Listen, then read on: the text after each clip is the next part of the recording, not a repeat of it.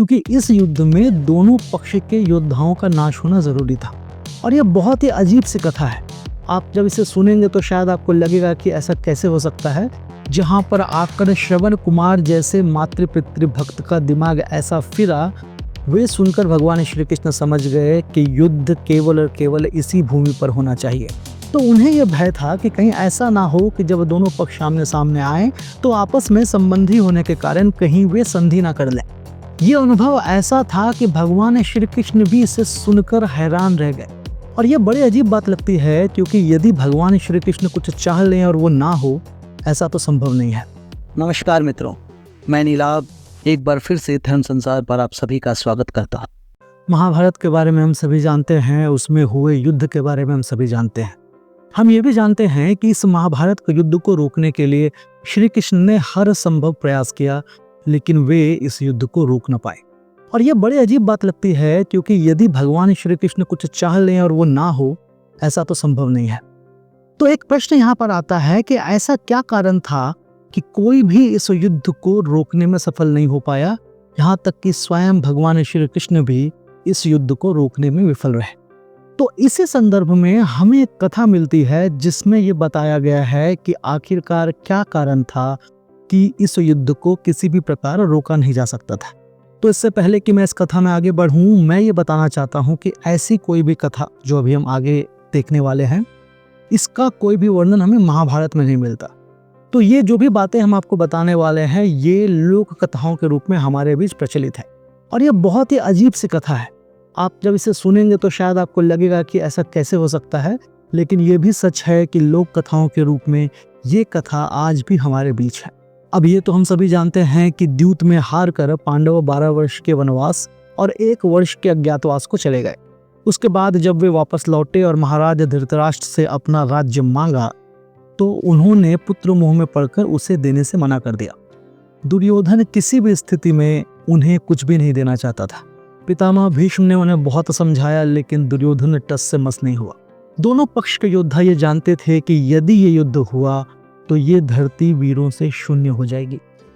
इसीलिए सबने अपने अपने प्रयास करके देख लिए, लेकिन दुर्योधन किसी भी स्थिति में पांडवों को कुछ भी देने के लिए तैयार नहीं था। तब इस युद्ध को रोकने के अंतिम प्रयास के रूप में भगवान श्री कृष्ण हस्तिनापुर आए।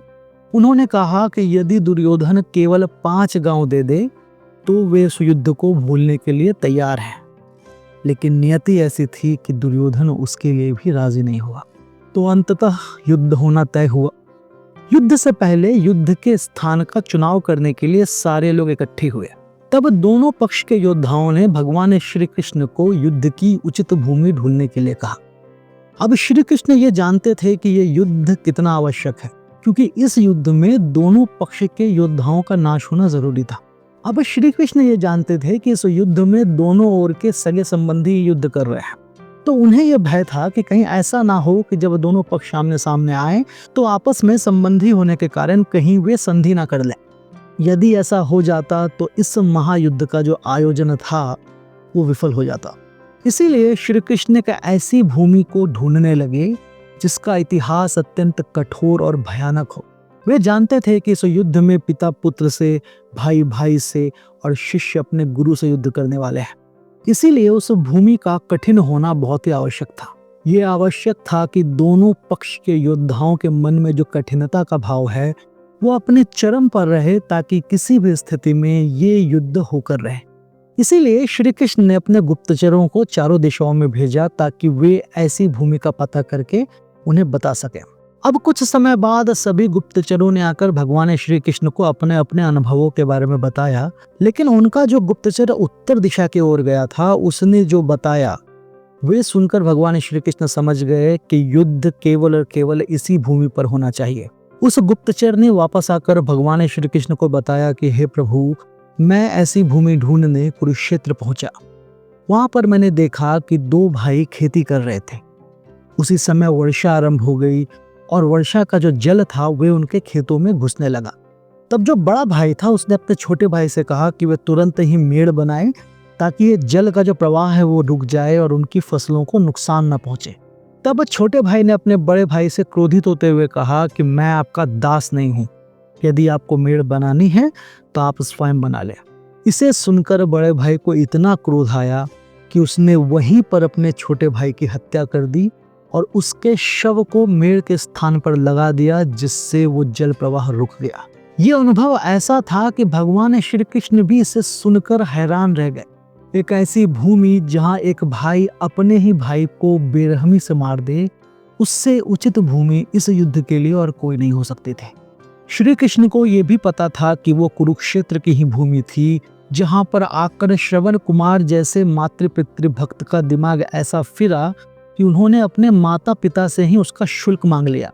वे ये भी जानते थे कि यही वो भूमि है जहां भगवान परशुराम ने पूर्व काल में 21 बार क्षत्रियों का संहार कर रक्त के 5 सरोवर भर दिए थे। शायद ये उसी हिंसा का प्रभाव था कि आज भी उस भूमि पर कभी भी मित्रता और प्रेम पनप नहीं सकते। वे जान गए यदि युद्ध इस भूमि पर हुआ तो उसे किसी भी प्रकार से रोका नहीं जा सकेगा। इसीलिए श्री कृष्ण ने उसी भूमि को महाभारत के युद्ध के लिए चुना और उनका सोचना बिल्कुल सही था। उस युद्ध में ऐसे कई अवसर आए जब दोनों पक्षों में संधि हो सकती थी, लेकिन उस भूमि का इतिहास ऐसा था कि ऐसा कभी भी नहीं हो सका। अंततः वो महायुद्ध लाखों लोगों के बलिदान के साथ समाप्त हुआ। यदि यह वीडियो आपको पसंद आया तो इसे लाइक करें, शेयर करें और हमारे चैनल को सब्सक्राइब करें। जय श्री कृष्ण।